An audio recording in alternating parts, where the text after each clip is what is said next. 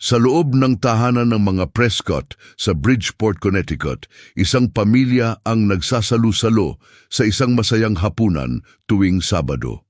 Ang tawa ay umaapaw, ang mga kwentuhan ay walang katapusan, at ang pagmamahalan ay dama sa bawat sulok. Para kina Wade, isang ama at anak na may simpleng buhay, ito ang kahulugan ng tahanan. Ngunit sa ilalim ng mesa may isang lihim na naghihintay. Ang kanyang 79 taong gulang na lolo si Franklin, isang tubero na ang mga kamay ay sanay sa hirap at kasing tibay ng bakal, ay biglang naging iba. Ang mga kamay na iyon na kailan may hindi nanginig, ay nanginginig ngayon. Sa isang iglap, iniabot ni Lolo Franklin ang isang makapal na sobre. May ibinulong siyang mga salitang nagpabago sa lahat.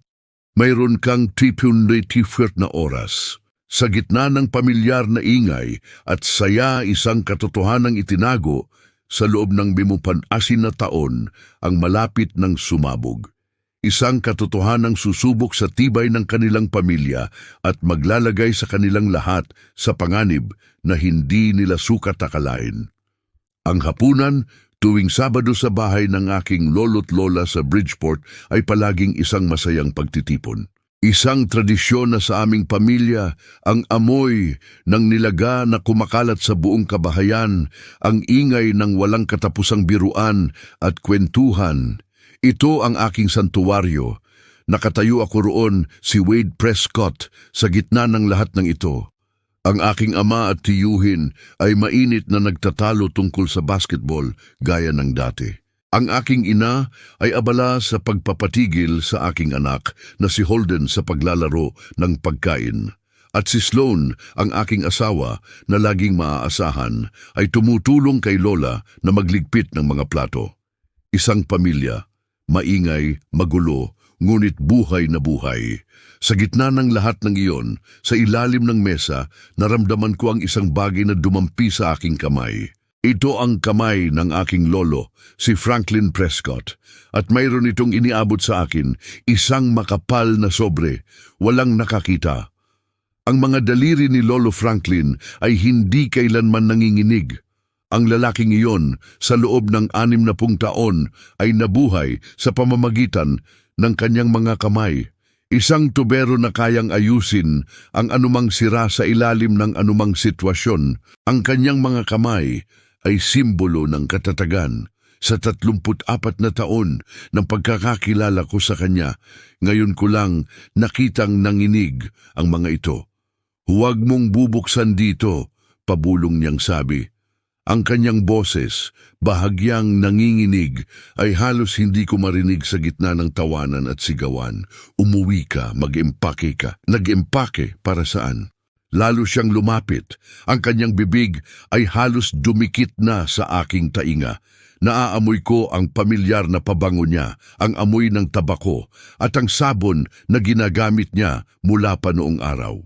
Ngunit sa ilalim ng lahat ng iyon, may isang kakaibang amoy na ngayon ko lang naamoy sa kanya. Pawis! Malamig na pawis, ang uri ng pawis na dulot ng takot, hindi ng pagod. Nagmamatyag sila, sabi niya, mayroon kang 24 na oras.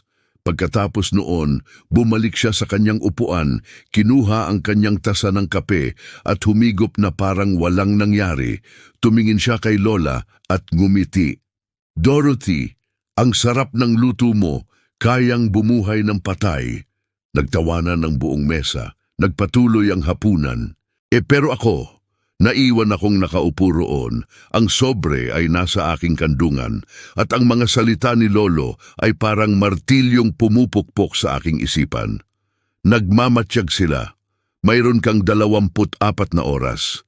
Tiningnan ko siya sa kabilang dulo ng mesa. Nakangiti siya, nakikipagbiruan, nagpapanggap na si Frankie Prescott, ang 79 taong gulang na retiradong tubero na masayahin at simpleng namumuhay. Ngunit ang kanyang mga mata ay nagsasabi ng ibang kwento. Nang magtama ang aming mga paningin, kahit isang segundo lang, may nakita akong hindi ko pa nakikita dati. Hindi galit, hindi lungkot. Isang bagay na mas matanda pa roon. Isang bagay na parang matagal nang nakakulong at ngayon lang nakawala. Takot. Ang lolo ko na hindi ko pa nakitang natinag sa anumang pagsubok sa buhay ay takot na takot. Itinago ko ang sobre sa loob ng aking jacket, tinapos ko ang aking pagkain, niyakap ko ang aking lola, kinamayan ang aking ama, hinalikan ang aking ina, at binuhat si Holden na nakatulog na sa sahig. Habang naglalakad kami ni Sloan palabas, ramdam ko ang bigat ng sobre sa aking dibdib. Isang lihim na nagbabaga. Isang misteryong hindi ko alam kung paano haharapin. At alam ko sa sandaling iyon na ang simpleng buhay na aking kinalakihan ay hindi na kailanman magiging pareho. Ang biyahe mula Bridgeport papuntang Ridgefield ay karaniwang umaabot lang sa halos 35 minuto. Sa isang payapang gabi, ito ay mabilis lang, madaling saluhan ng kwentuhan o tahimik na pagmumuni-muni. Ngunit ngayong gabing iyon, matapos ang masalimuot na hapunan, ang bawat milya ay tila 1,000 kilometro. Naramdaman ko ang bigat ng sobre sa loob ng aking jacket, ang bigat ng mga salita ni Lolo, na umaalingaw-ngaw sa aking isipan ay parang isang bato na nakasabit sa aking dibdib. Mayroon kang 24 na oras. Ang mga salitang iyon ay nagpapabilis ng tibok ng puso ko. Katabi ko sa passenger seat si Sloan, ang aking mahal na asawa. Ang kanyang kamay ay nakapatong sa aking hita, isang pamilyar na kilos na nagbibigay ng kapanatagan tulad ng lagi niyang ginagawa sa aming pag-uwi. Ngunit ngayon, pakiramdam ko hindi ko kayang tanggapin ang kapanatagan. Si Sloan Prescott, 32 taong gulang, ay isang pediatric physical therapist. Siya ay isang babaeng may kakaibang kakayahan. Nakikita niya ang mundo sa paraan ng pagdadala ng mga tao sa kanilang mga balikat, sa bawat paghinga, sa bawat kilos. Kaya niyang basahin ang isang silid, basahin ang isang tao, lalo na ako. "Ulang tahimik mo," malumanay niyang sabi. Ang kanyang boses ay tila isang malambing na himig, ngunit sa tono nito, alam kong may napansin siya. "Pagod lang," sagot ko, isang maikling tugon. Isang kasinungalingang napakahirap sabihin dahil alam kong alam niyang hindi iyon ang totoo. "Hindi ka pagod," sabi niya. "May iba ka. Ano ang sinabi sa iyo ng lolo mo?" Ang kanyang tanong ay direkta, walang paligoy-ligoy. Ganyan siya. Kailan? Pagkukunwari ko pa. Gusto kong ipagpaliban ang pag-uusap. Gusto kong bigyan ng sarili ko ng mas maraming oras para intindihin ang bigat na ito. Kanina sa hapunan, nang lumapit siya, patuloy ni Sloan, ang kanyang boses ay nagkaroon ng bahagyang diin. "Nakita ko siyang may iniabot sa iyo. Napabuntong hininga ako. Pinakasalan ko ang isang babaeng nakakapansin ng lahat. Sa maraming araw, ito ang isa sa mga bagay na mahal ko sa kanya. Ngunit ngayong gabi, ang kanyang kakayahang makakita at makaramdam ay tila isang abala. Sasabihin ko sa iyo pagdating natin sa bahay. Sabihin mo na ngayon." Ang kanyang tono ay hindi nagbago, ngunit ramdam ko ang pagkabahala. "Pagdating natin sa bahay, Sloan, pakiusap ko." Ang bawat salita ay may dalang bigat ng aking kaluluwa. Tiningnan niya ako ng matagal. May matinding pag-unawa sa kanyang mga mata, isang halo ng pagkabahala at pasensya.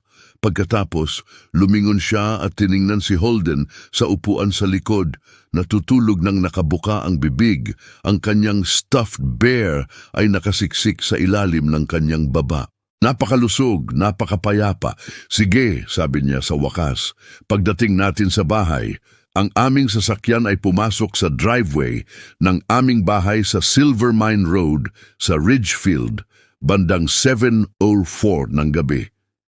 Isang Cape Cod na bahay, pinaghirapan namin ni Sloan ang aming pangarap na tahanan.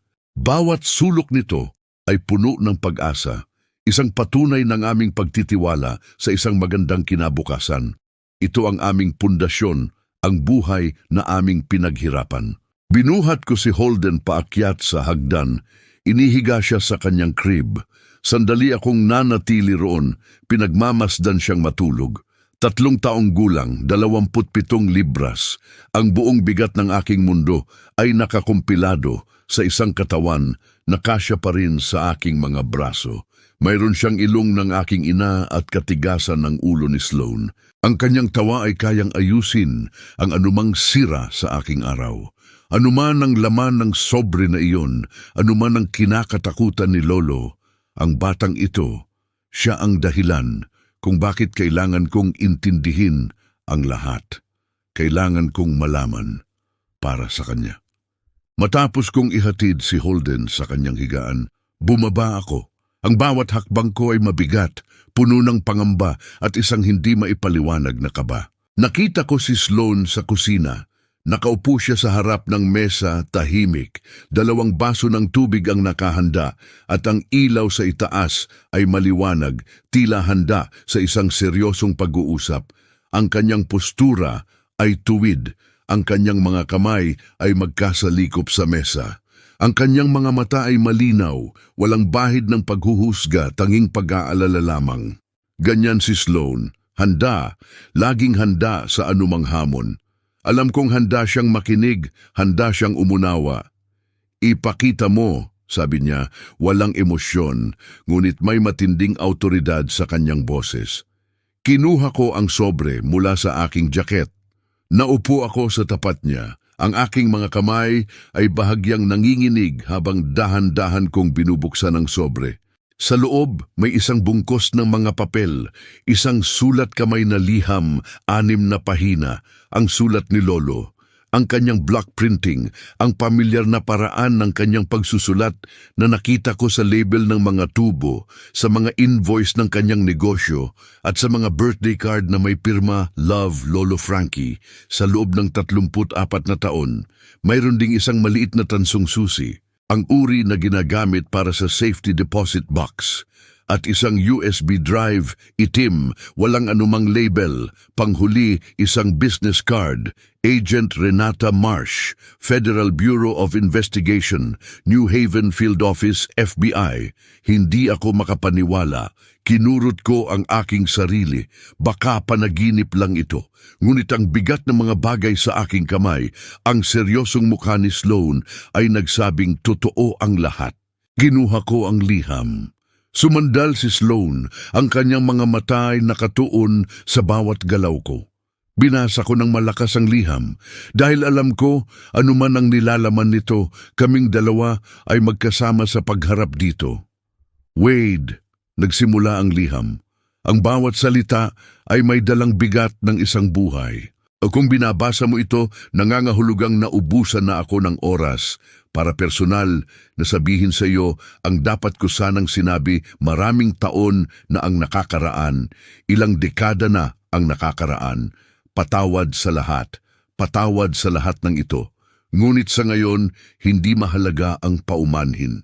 Napahinga ako ng malalim. Ang paghinga ni Sloan ay mahina, halos hindi marinig. Ang mahalaga ay maunawaan mo kung ano ang nangyayari at kumilos ka ng mabilis.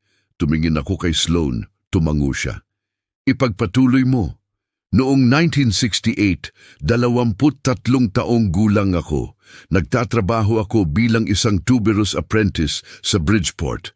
Inayos ko ang isang water heater sa isang social club sa State Street. Ang club ay pag-aari ng isang lalaking nagngangalang Victor Garibaldi. Hindi ko siya kilala. Naroon lang ako para ayusin ang sirang water heater. Habang nasa basement ako, nakakita ako ng isang silid na hindi dapat naroon sa likod ng isang huwad na pader.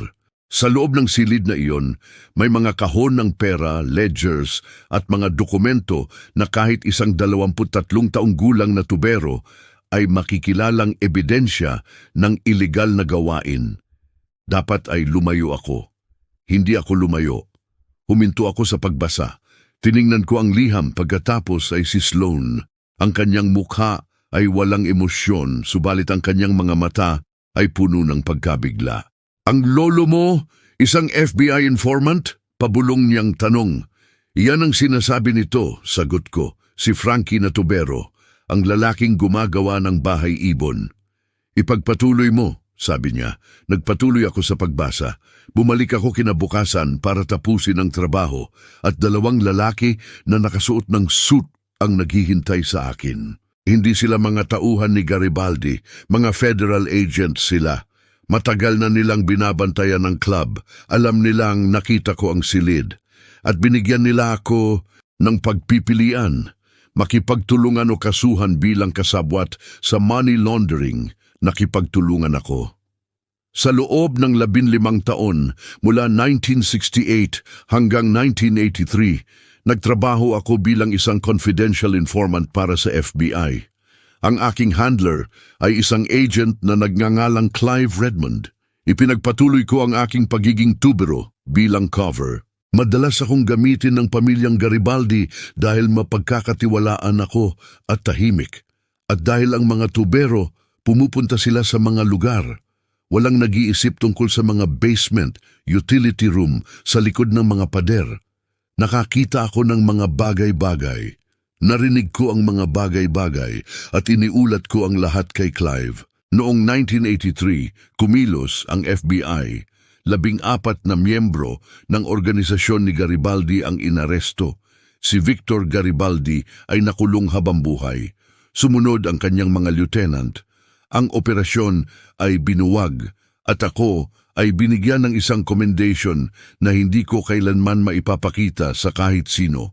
Isang maliit na pensyon na hindi ko maipapaliwanag at isang pangako na ang aking pagkakakilanlan ay mananatiling lihim habang buhay. Sa loob ng 41 taon, ang pangakong iyon ay nanatili. Noong nakaraang buwan, nabasag yun. Binaliktad ko ang pahina. Isang mamamahayag ang nagsumite ng Freedom of Information Act request para sa mga dokumento na may kaugnayan sa kaso ng Garibaldi. Karamihan sa mga file ay maayos na naredact, ngunit isang batch ang naglalaman ng mga pagtukoy sa isang tradesman mula sa Bridgeport na nagsilbing pangunahing informant. Ang mamamahayag ay nagpublish ng isang artikulo sa isang true crime magazine. Ito ay isang maliit na artikulo. Walang sino man sa aming pamilya ang makakakita nito, ngunit ang maling tao ang nakakita. Ang anak ni Victor Garibaldi, si Dominic, ay 51 taong gulang. Naglingkod siya ng 12 taon sa federal na bilangguan at nakalaya na noong 2007. Nagugol siya ng 17 taon sa pagsubok na tukuyin ang informant na sumira sa kanyang pamilya. Ang artikulong iyon ang nagbigay sa kanya ng huling piraso na kailangan niya. Tinawagan ako ni Clive Redmond, ang aking lumang handler, 3 araw na ang nakalipas. Sinabi niya sa akin na natukoy na ako ni Dominic Garibaldi Jr. Sinabi niya sa akin na nagpadala si Dominic ng mga tao sa Connecticut. Sinabi niya sa akin na nakita sila sa Bridgeport. Wade, 79 na taong gulang na ako. Nabuhay ako sa lihim na ito sa loob ng 56 na taon. Hindi ako natatakot para sa aking sarili. Natatakot ako para sa iyo, para kay Sloan, para kay Holden, para sa iyong ama at ina. Ang mga taong ito ay hindi lang pupunta para sa informant. Pupunta sila para sa pamilya.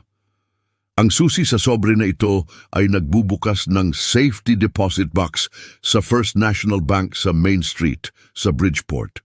Sa loob, merong 385 satin na cash.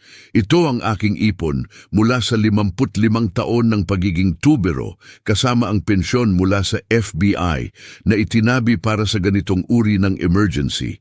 Kunin mo ito, gamitin mo ito para mapanatiling ligtas ang iyong pamilya hanggang sa malutas ito. Ang USB drive ay naglalaman ng digital copies ng original na handler reports ni Clive na nagdodokumento ng bawat pulong, bawat piraso ng impormasyon na ibinigay ko.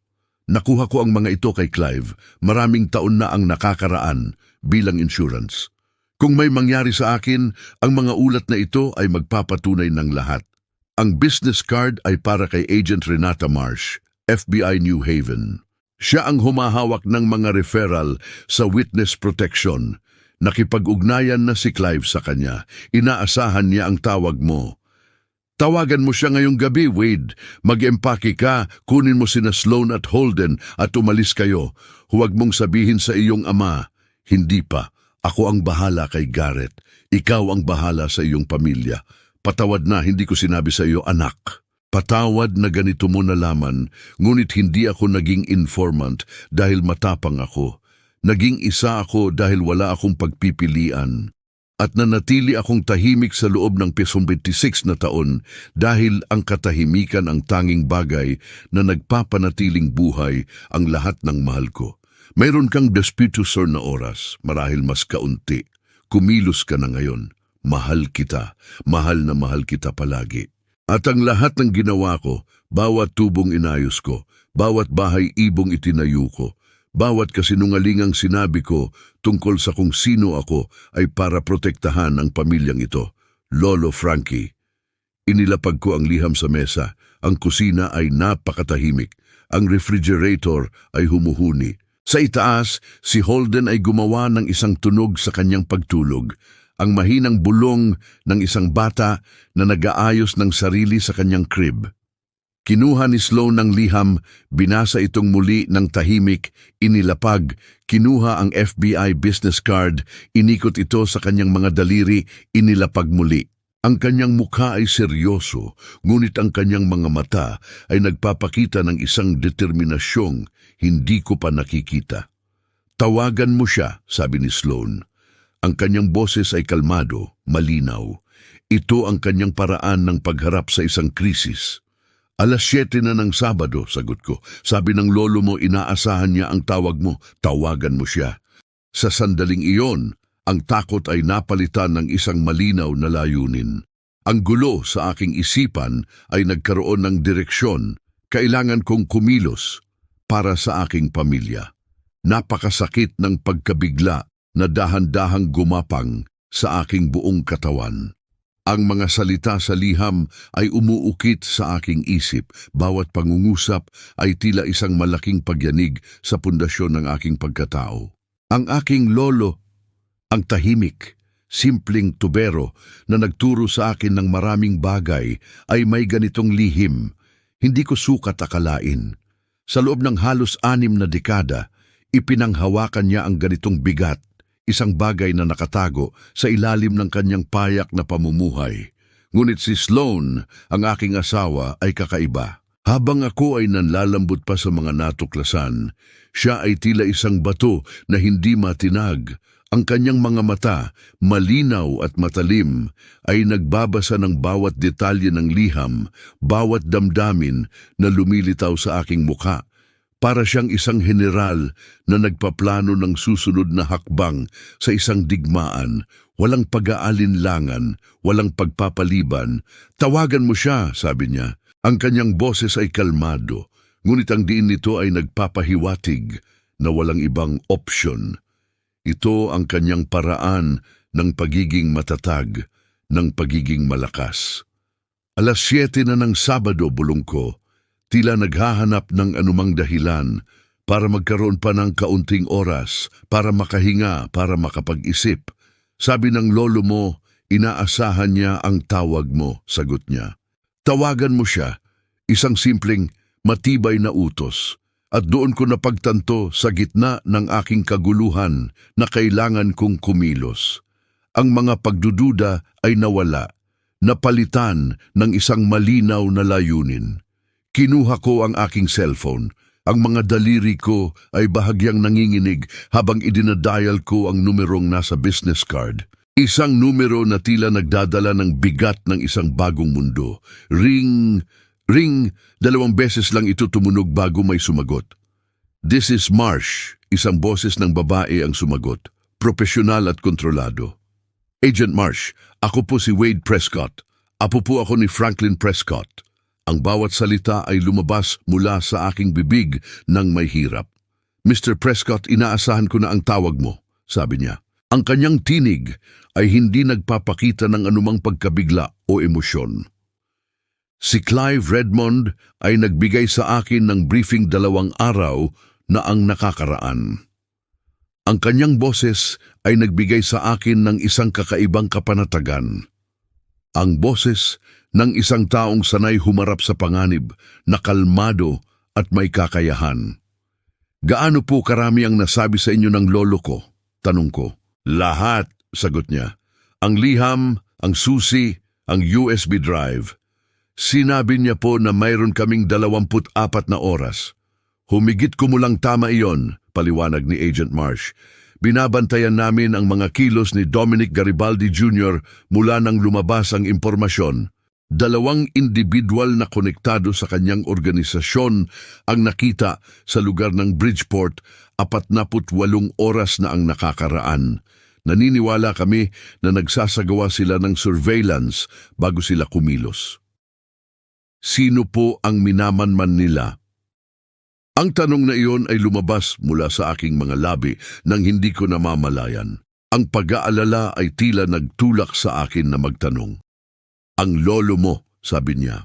Posible rin ang tirahan ng iyong ama sa Hartford at posible rin ikaw. Tumingin ako kay Sloan, nakikinig siya ng maigi, binabasa ang bawat pagbabago sa aking mukha tulad ng pagbasa niya sa mukha ng kanyang mga pasyente, naghahanap ng sakit, ng takot, ng mga bagay na hindi sinasabi. Ang kanyang pagiging matatag ay lalong nagpagaan ng aking loob. Ano po ang gagawin namin? Tanong ko. Ngayong gabi, manatili lang kayo sa inyong bahay, sabi ni Agent Marsh. Panatilihing normal ang mga ilaw, huwag kayong mag-impake ng makikita. Kung may nagmamasid, ayaw nating magbigay ng senyales na alam ninyo ang panganib. Magpapadala ako ng 2 ahente sa inyong lugar sa loob ng 1 oras. Magse-set up sila ng surveillance sa inyong kalye. Hindi ninyo sila makikita, ngunit naroon sila. At bukas po? Bukas ng umaga darating ang aking grupo sa inyong pintuan sa 7:00. Dadalhin namin kayo, ang inyong asawa at ang inyong anak sa isang ligtas na lugar. Ang lolo mo ay ililipat ng hiwalay.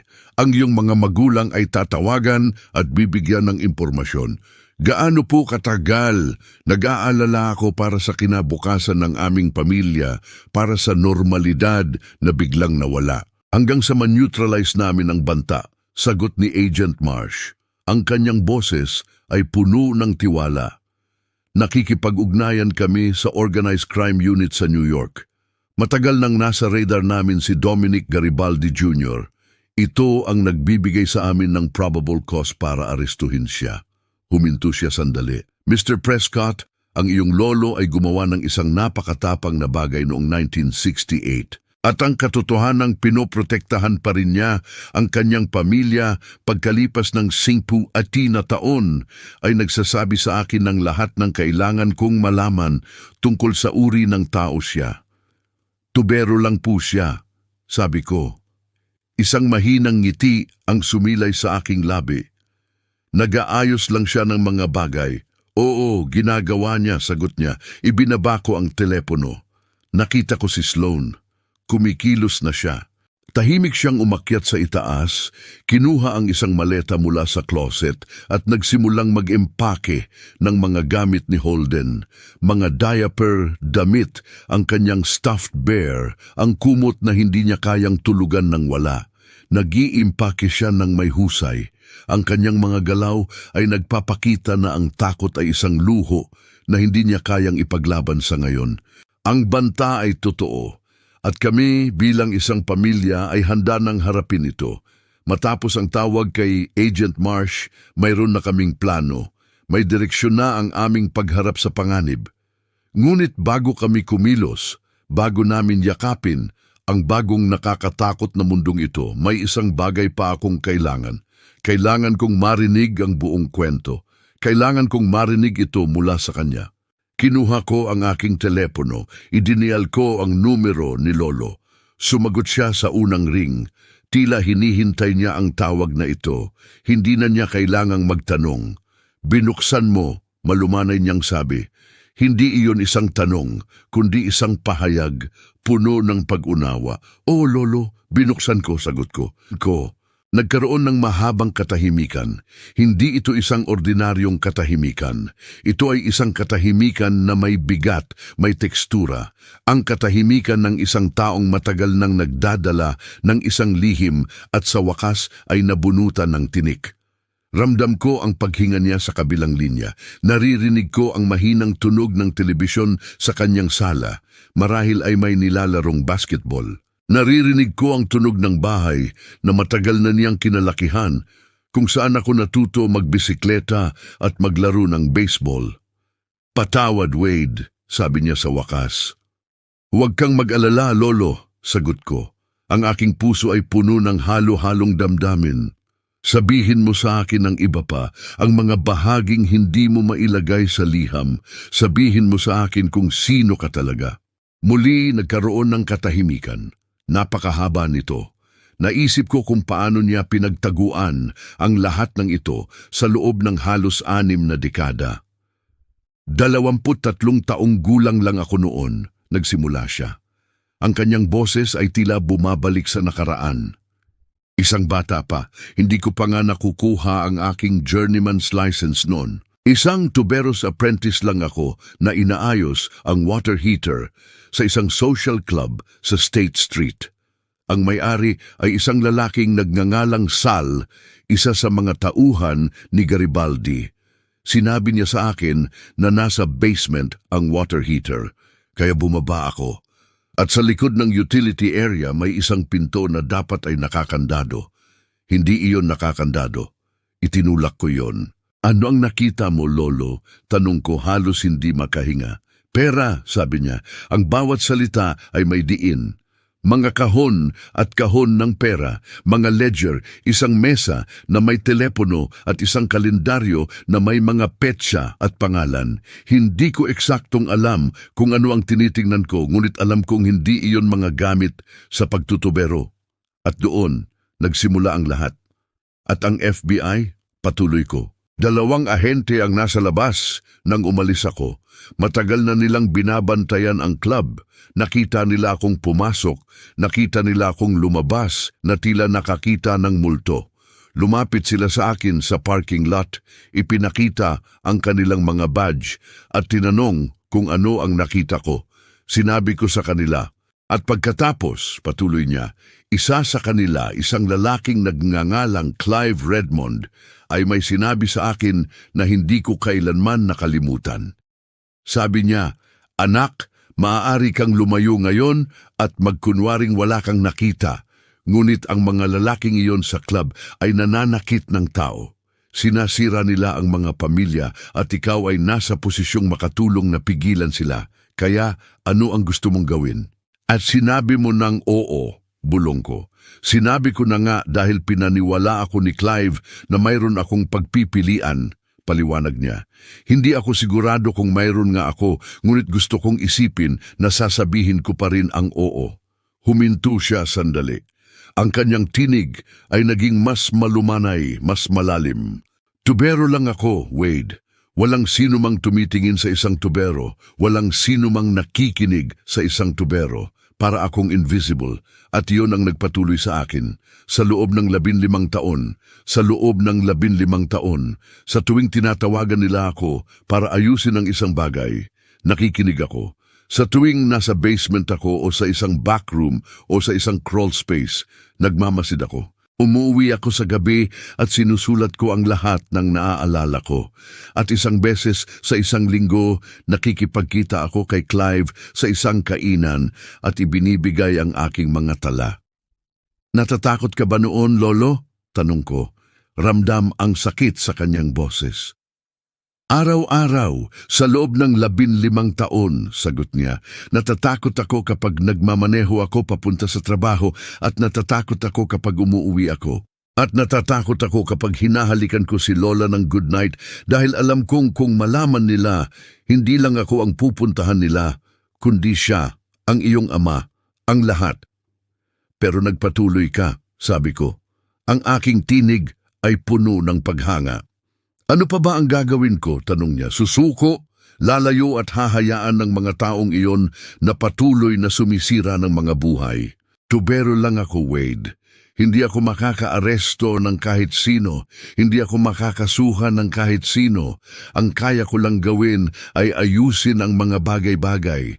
Kaya inayos ko ang kaya kong ayusin sa tanging paraan na alam ko. Nakaupo ako sa aming kusina 8:30 ng gabi, nakikinig sa aking 79 taong gulang na lolo na nagkukwentong lihim na buhay na nabuhay niya bago pa ako ipinanganak. At sa sandaling iyon, naramdaman ko ang isang bagay na hindi ko inaasahang mararamdaman. Hindi gulat, hindi galit, hindi takot, kundi pagmamalaki.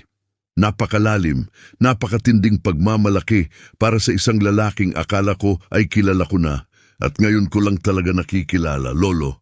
Oh, hindi ka lang basta tubero. Siyempre naman, tubero lang ako na napansin ang mga bagay-bagay, sabi niya, may bahid ng pagtawa sa kanyang boses. Hero ka, Lolo, sabi ko. Ang aking boses ay bahagyang nanginginig. Nagkaroon ng katahimikan. Nang magsalita siya ulit, ang kanyang boses ay mas magaspang, mas puno ng emosyon. Huwag mo akong tawaging ganon. Ang mga bayani ay gumagawa ng mga bagay dahil matapang sila.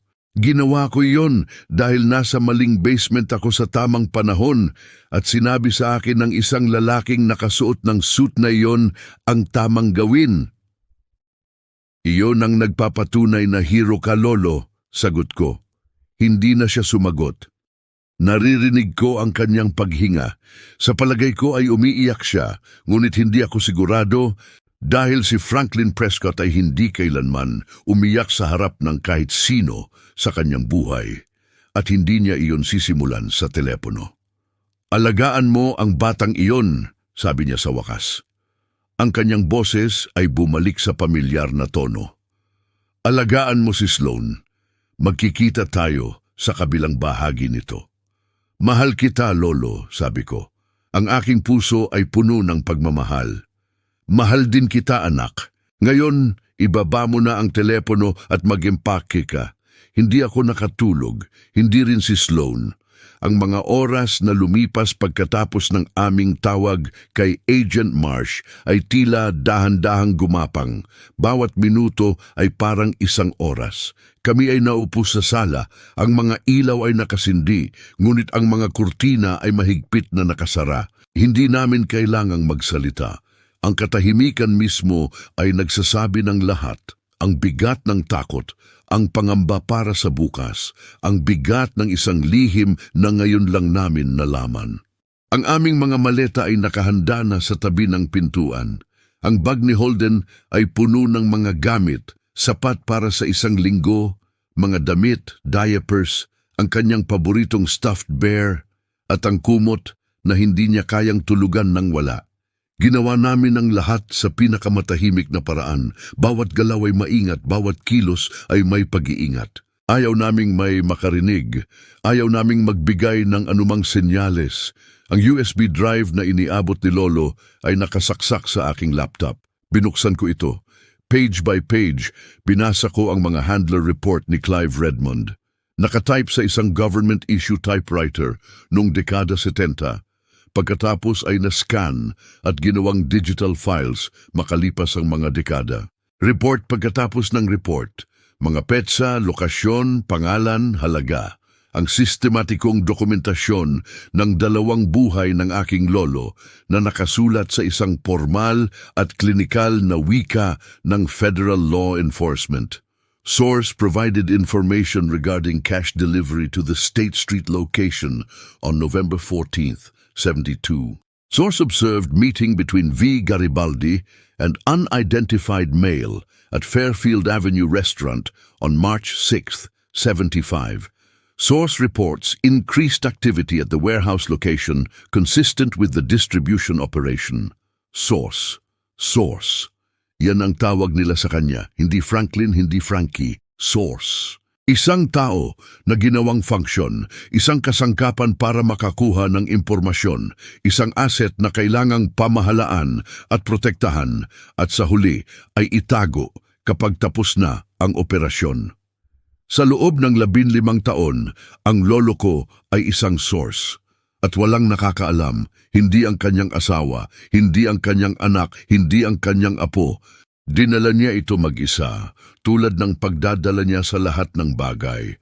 Tahimik, walang reklamo, gamit ang matatag na kamay ng isang lalaking nag-alay ng buhay sa pag-aayos ng mga bagay na hindi nga alam ng ibang tao na sira.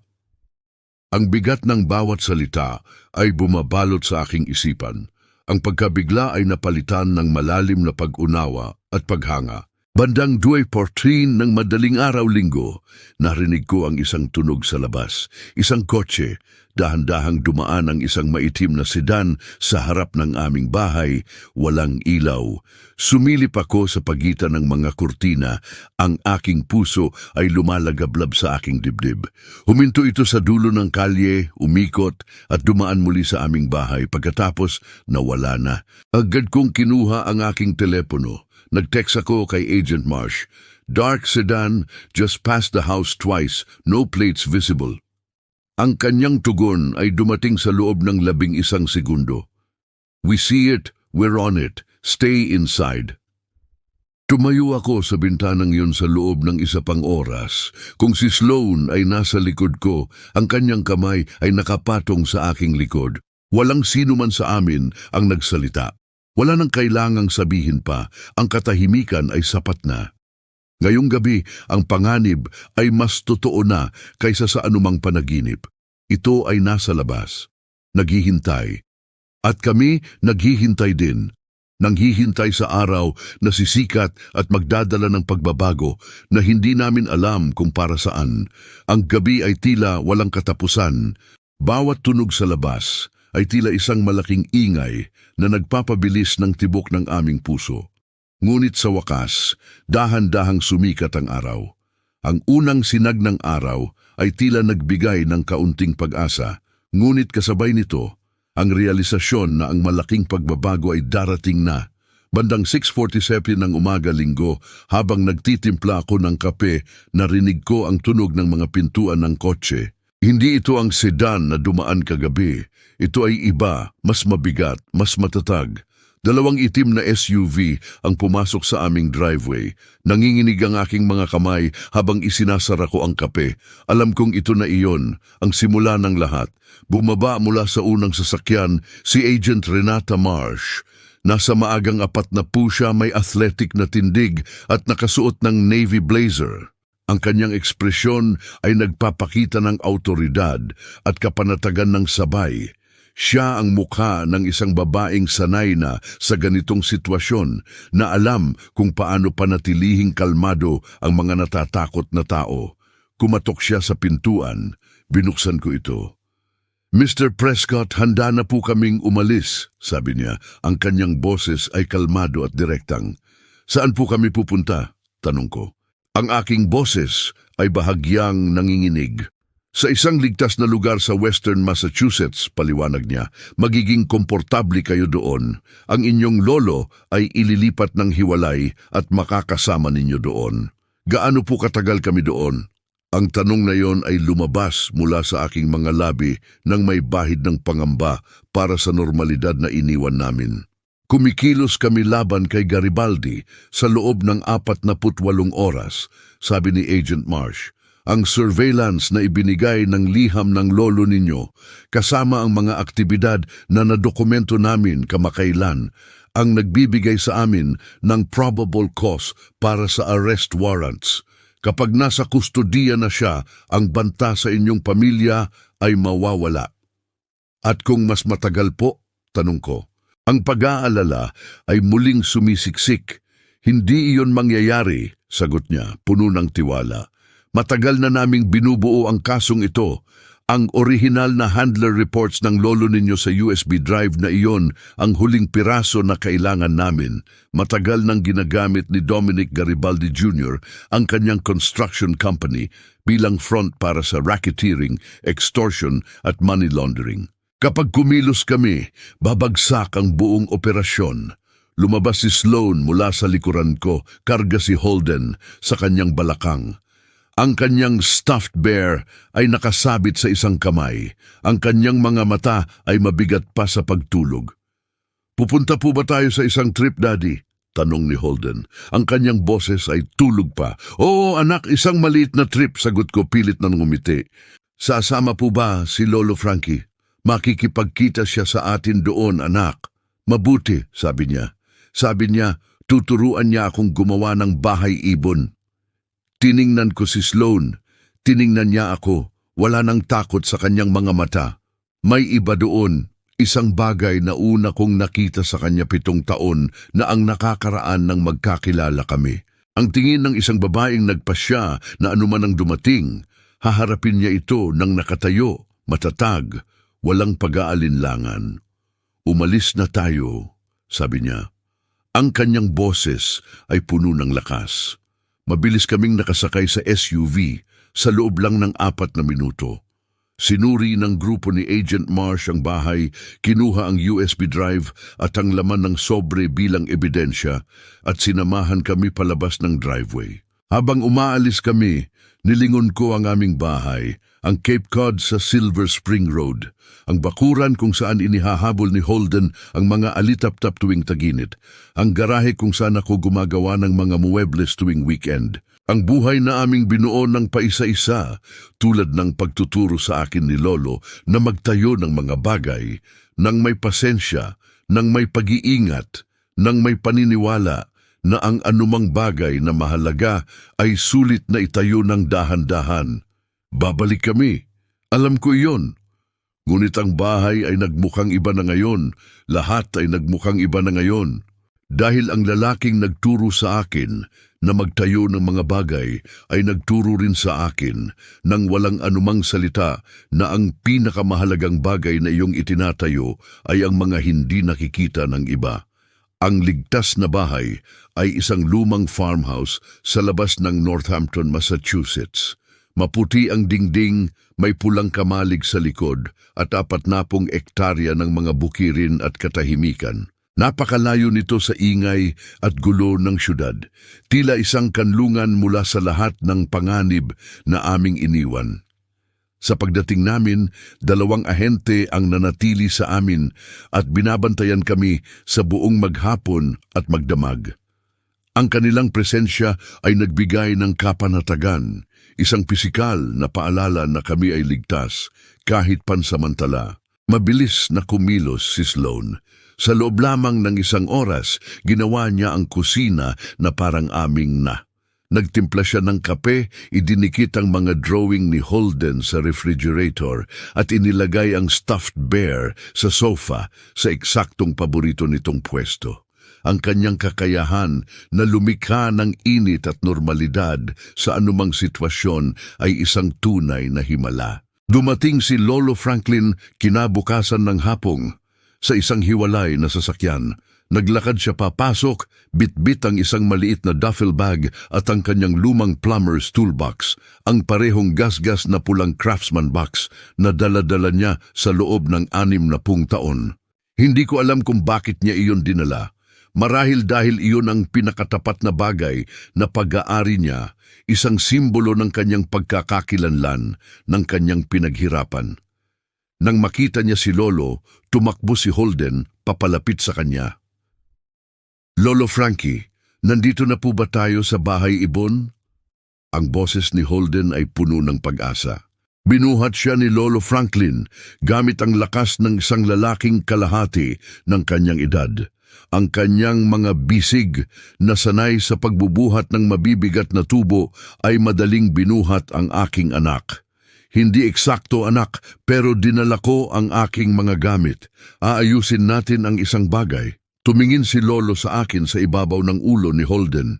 Ang kanyang mga mata ay pagod, ngunit malinaw. Ang panginginig ay nawala na sa kanyang mga kamay. Ang takot ay naroon pa rin, ngunit sinamahan na ito ng isa pang damdamin, malalim na pagkabunot ng tinik. Ang pagkabunot ng tinik ng isang taong sa wakas ay tumigil sa pagpapanggap. Ang bigat ng isang buhay na lihim ay sa wakas ay nabawasan. Naramdaman ko ang isang alon ng emosyon. Ang pag-aalala ay napalitan ng kapanatagan. Sa wakas, magkasama na kami. Sa wakas, ang mga pader ay dahan-dahang gumuguho. Noong gabing iyon, matapos mahimbing si Holden sa pagtulog at si Sloan ay abala na sa pagbabasa sa kwarto, naupo kami ni Lolo Franklin sa kitchen table ng farmhouse. 2 tasa ng kape ang nasa harapan namin. Ang ilaw sa itaas ay humuhuni ng mahina, tulad ng ugali ng mga ilaw sa lumang bahay. Isang mainit ngunit tahimik na sandali ang bumalot sa amin.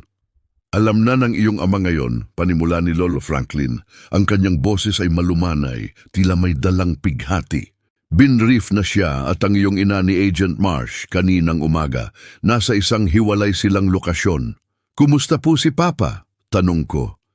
Naisip ko agad ang aking ama, si Garrett, isang accountant, isang taong mahilig sa kaayusan at katumpakan. Gaya ng inaasahan mo, sagot ni Lolo, galit siya, hindi sa panganib, kundi sa lihim. 55 taon nang nagsinungaling ang kanyang ama sa kanya. Hindi madaling patawarin ang ganon, pero sa kalaunan, mapapatawad niya ako. Ang iyong ama ay isang accountant. Pinoproseso niya ang mga bagay ng dahan-dahan at tumpak. Ibabalansin niya ang mga libro, ganyan siya. Pagkatapos tiningnan niya ako, ang kanyang mga mata ay puno ng lungkot. At si Lola mo, alam ba niya? Hindi, sabi niya, isang salita na may dalang bigat ng 1,000 kwento. Hindi kailanman, ni isang salita sa 51 taon ng pag-aasawa. Namatay siya noong 2019 nang hindi kailanman nalaman na ang kanyang asawa ay nag-ulat sa FBI sa loob ng 15 taon. Sa mga basement ng mga taong papatay sa aming dalawa kong nalaman nila. Sumandal siya sa kanyang upuan. Ang mga alaala ay tila nagpapabigat sa kanya. Paano ko yun naitago sa kanya? Sa pamamagitan ng pagiging tubero. Ang mga tubero ay may kakaibang oras ng trabaho. Tinatawagan sa gabi, pumupunta sa mga lugar na walang nagtatanong. Sa tuwing nakikipagkita ako kay Clive, sinasabi ko kay Dorothy na may emergency call ako. Sirang tubo, binahang basement, gas leak, hindi niya kailanman pinagdudahan iyon. 5 taon ng emergency calls, 5 taon ng kasinungalingan. Tiningnan niya ang kanyang kape, tila hinahanap ang mga sagot doon. Iyan ang bahagi na hindi nila sinasabi sa iyo tungkol sa pagiging informant. Hindi ang panganib ang bumabalot sa iyo, kundi ang kasinungalingan. Araw-araw, tinitingnan mo ang babaeng mahal mo at alam mong ang taong inaakala niyang pinakasalan niya ay hindi umiiral. Natutulog siya sa tabi ng isang estranghero. Na ang buhay na inaakala niyang totoo ay nakatayo sa isang pundasyong hindi niya nakikita. Ang sakit sa kanyang boses ay tumagos sa aking puso. Pero ginawa mo ang tama, Lolo. Sabi ko, siguro, sagot niya. Nakatulong ako na makulong ang masasamang tao, pero ginawa ko iyon sa pamamagitan ng pagsisinungaling sa sarili kong pamilya sa loob ng 15 taon at pagkatapos ay pinanatili ko ang kasinungalingang iyon sa loob ng 41 pang taon. Tama ba yon? Hindi ko alam, Wade. Sa totoo lang, hindi ko alam. Inabot ko ang aking kamay sa mesa at ipinatong ko ito sa kanyang kamay. Ang kanyang balat ay manipis, parang papel, puno ng mga peklat at kalyo mula sa 60 taon ng paggawa. Mga kamay na nakapag-ayos ng libu-libong tubo at nakagawa ng 100 bahay ibon at kinalung ako nung sanggol pa ako at tinuruan akong magpukpok ng pako ng tuwid. Tama iyon, Lolo, sabi ko. Ang aking boses ay matatag. Palagi itong tama. Hinaplos niya ang aking kamay. May ilang bagay na mas mahusay na sabihin sa katahimikan sa pagitan ng 2 taong nagmamahalan. Sa isang kitchen table, sa isang farmhouse, sa dulo ng isang napakahabang araw. Biglang tumunog ang telepono ni Lolo.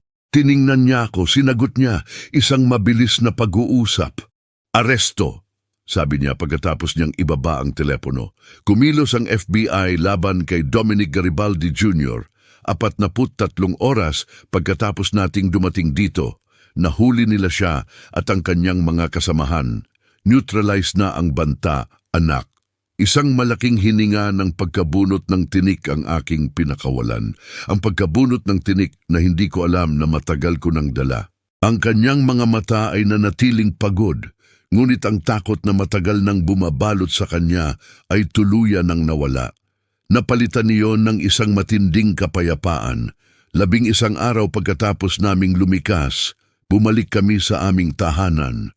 Ang aming Cape Cod sa Silver Spring Road ay eksakto pa rin ang anyo. Ang damuhan ay kailangang galusan. Ang mga sulat ay nakatambak sa mailbox. Ang plastic tricycle ni Holden ay naroon pa rin sa beranda kung saan niya iyon iniwan. Sa panlabas, walang nagbago. Ngunit ako, hindi na ako ang dating ako at hindi na ako kailanman magiging pareho. 9 na buwan na ang lumipas, Hulyo 2025 na. Tag-init sa Connecticut, mainit ang hangin, luntian ang mga puno. Ang uri ng init na nagpapalabas ng mga alitap-tap tuwing dapit hapon at nagpapatakbo ng mga sprinkler hanggang hating gabi. Bumalik ako sa Ridgefield High. Bumalik sa aking shop classroom. Tinuturuan ng mga bata na gumamit ng mga lathe at table saw at hand plane. Bumalik sa amoy ng sawdust at sa tunog ng makinarya. At sa kakaibang kasiyahan na makita ang isang 16 taong gulang na hindi pa kailanman gumawa ng anuman gamit ang kanyang mga kamay, ay biglang naintindihan na kaya niya. Si Lolo Franklin ay dumadaan tuwing linggo para maghapunan. Nagmamaneho siya ng halos 40 minuto mula Bridgeport papuntang Ridgefield sa kanyang 2004 Ford F-150. Ang truck na may mas maraming milya kaysa sa karamihan ng mga commercial aircraft. Nagdadala siya ng anumang lumang recipe ni Lola Dorothy na sinubukan niyang lutuin sa linggong iyon. Ang totoo, hindi siya marunong magluto, ngunit sinusubukan niya at kinakain namin ang anumang dala niya dahil ganoon ang ginagawa ng pamilya. Iba na siya ngayon. Hindi mas mabuti o mas masahol, kundi mas magaan. Ang bigat ng 16 na taon ng lihim ay ibinahagi na sa pamilya. Ibinahagi ng mga taong dapat sanang nagdadala nito mula pa noon. Ang aking ama ay dahan-dahang nagbago, maingat, tulad ng ugali ng isang accountant. Nagkaroon sila ni Lolo Franklin ng mahabang usapan noong Disyembre na tumagal ng 4 na oras. Nagtapos iyon sa kanilang dalawa na nakaupo sa garahe ni Lolo, hindi nagsasalita, nananatili lang sa iisang silid. Iyan ang paraan ng mga Prescott na iproseso ang mahirap na emosyon. Si Sloan naman, hinaharap ang lahat tulad ng pagharap niya sa lahat ng bagay sa pamamagitan ng pagpapatuloy. Hindi siya nagmumuni-muni. Hindi siya bumabalik sa nakaraan. Hinaharap niya ang nasa harap niya at nagtitiwala na ang mga bagay sa likod niya ay mananatili kung saan sila nararapat. Minsan, sa loob ng ligtas na bahay, sinabi niya sa akin na hindi siya natatakot. Bakit hindi? Tanong ko. Dahil alam ko kung sino ka, sabi niya. Alam ko kung sino ang lolo mo. At alam ko na ang mga taong sumusubok na saktan tayo ay nasa bilangguan na. At ang mga taong nagpoprotekta sa atin ay nasa kusinang ito. Tiningnan niya si Holden na abala sa pagbuo ng isang tore mula sa mga kahoy na block sa sahig ng farmhouse. Sapat na iyon. Hindi masyadong naaalala ni Holden ang lahat.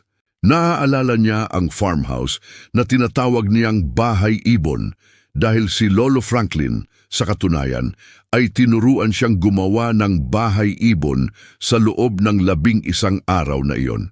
Isang baluktot, may bahid ng pintura na ngayon ay nakasabit sa oak tree sa aming likuran. Hindi iyon kailanman titirhan ng ibon, hindi iyon kailanman magiging tuwid, ngunit ito ang pinakamagandang bagay na pag-aari ko. Noong nakaraang linggo, nasa aking shop classroom ako sa Ridgefield High, 4 na oras, junior woodworking. Isang batang nagngangalang Marcus ang nahihirapan sa lathe. Sinubukan niyang maghubog ng table leg sa loob ng 20 minuto at patuloy na sumasabit ang kahoy. Frustrated siya tulad ng pagiging frustrated ng mga teenager, malakas, dramatiko, na may lalong pagtaas ng paniniwala na ang universo ay personal na kinakalaban siya. Nilapitan ko siya, ipinatong ang aking kamay sa kanyang balikat. May itinuro sa akin ng lolo ko, sabi ko. Tubero siya. Nagtrabaho siya gamit ang kanyang mga kamay sa buong buhay niya.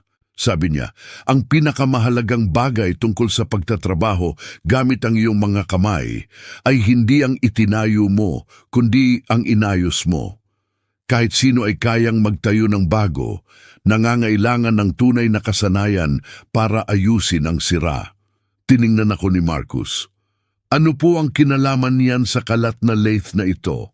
Sumasabit ang kahoy dahil nilalabanan mo. Sinusubukan mong ipilit ang hugis na gusto mo sa halip na sumunod sa grain. Dahan-dahan, dami ng kahoy. Hayaan itong sabihin sa iyo kung saan ito gustong pumunta. Sinubukan niya ulit, mas dahan-dahan ngayon. Maayos na umikot ang kahoy. Lumabas ang hugis, isang table leg. Hindi perpekto, ngunit totoo ginawa ng kanyang sariling mga kamay. Iyan, sabi ko, iyan ang eksakto. Ngumiti siya. 16 na taong gulang at ipinagmamalaki ang isang table leg. Alam ko ang pakiramdam na yon. Alam ko yon dahil ibinigay sa akin yon ng lolo ko sa kanyang garahe 30 taon na ang nakakaraan. Itinuro niya sa akin na mahalaga ang trabaho, na mahalaga ang mga kamay, na ang tahimik, hindi nakikitang paggawa ng pag-aayos at pagtatayo at pagpapakita araw-araw ay ang pinakamahalagang trabahong mayroon. Franklin Prescott, tubero, informant, lolo, ang lalaking nag-ayos ng mga bagay na hindi alam ng iba na sira. Nakalakpak ako ngayon sa aking beranda. Ang bahay ibon ay bahagyang umuugoy sa simoy ng hangin ng Hulyo. Sa loob, si Holden ay gumagawa ng isang bagay mula sa Legos. Si Sloan ay nagluluto ng sopas. May text ako mula kay Lolo Franklin. Darating ako sa linggo, gumawa ako ng meatloaf, huwag kang tumawa. Hindi ako tatawa, kakainin ko ang meatloaf. Papanoodin ko ang aking lolo na maglaro sa aking anak. Upo ako sa mesa kasama ang mga mahal ko sa buhay at malalaman ko ang isang bagay na hindi alam ng karamihan, na ang tahimik na lalaki sa dulo ng mesa, ang may mga kalyo sa kamay at masasamang biro at mga bahay ibon na hindi kailanman magiging tuwid, ay ang pinakamatapang na tao na nakilala ko at tubero lang siya.